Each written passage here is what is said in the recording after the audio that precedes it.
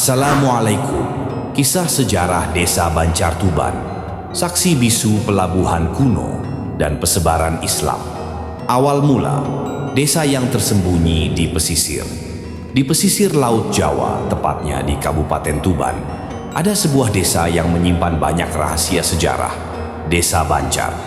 Meskipun asal-usul kata Banjar belum terperinci secara pasti, nama ini sangat erat kaitannya dengan karakteristiknya sebagai daerah yang berperairan atau berkaitan dengan jalur pelayaran kuno. Bahkan, ada dugaan bahwa nama tersebut bisa saja berasal dari kata yang mengacu pada bentuk geografis yang bercabang atau sebagai tempat yang sering menjadi singgah bagi kapal-kapal pada masa lalu.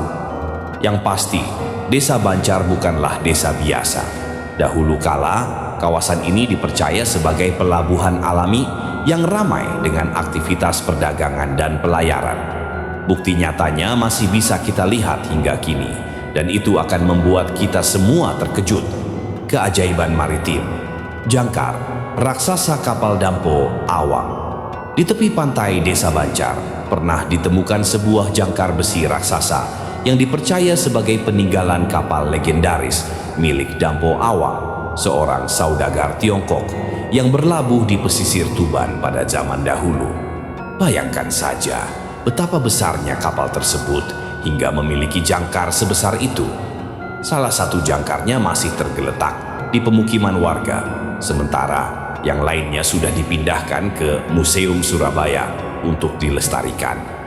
Peninggalan ini menjadi bukti kuat bahwa Desa Banjar dulunya adalah salah satu titik penting dalam jalur perdagangan maritim kuno yang menghubungkan daerah ini dengan berbagai tempat di Nusantara, bahkan luar negeri.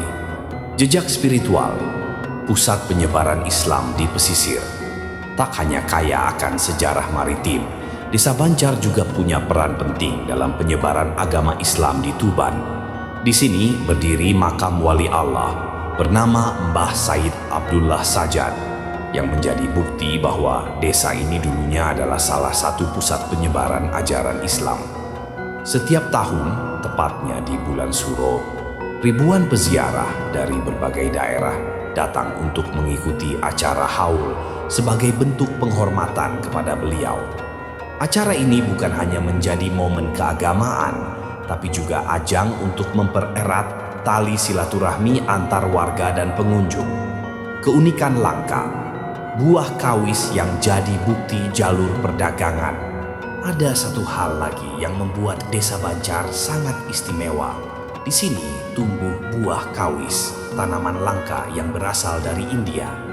Di seluruh Kabupaten Tuban, hanya Desa Banjar yang masih bisa menjaga eksistensi tanaman ini.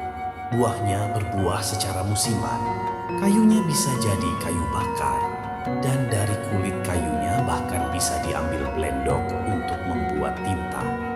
Keberadaan buah kawis semakin memperkuat bukti bahwa Desa Banjar dulunya merupakan bagian penting dari jalur perdagangan kuno yang menghubungkan daerah ini dengan negara-negara lain di Asia.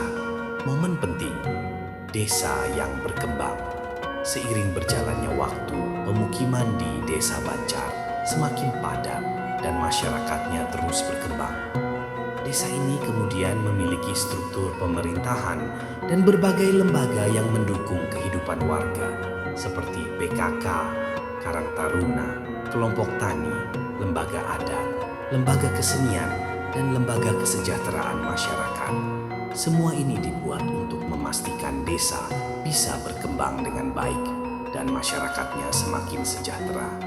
Secara keseluruhan, Desa Banjar adalah bukti hidup bahwa pesisir Tuban pernah menjadi salah satu gerbang perdagangan dan penyebaran Islam di Jawa. Setiap sudut desa ini menyimpan cerita yang luar biasa, dari jangkar raksasa hingga tanaman langka yang menjadi saksi bisu perjalanan panjang sejarahnya. Terima kasih telah menonton video ini. Jika ada kekeliruan adegan atau kisah sejarah ini, kami mohon maaf dan kasih masukan yang positif di kolom komentar.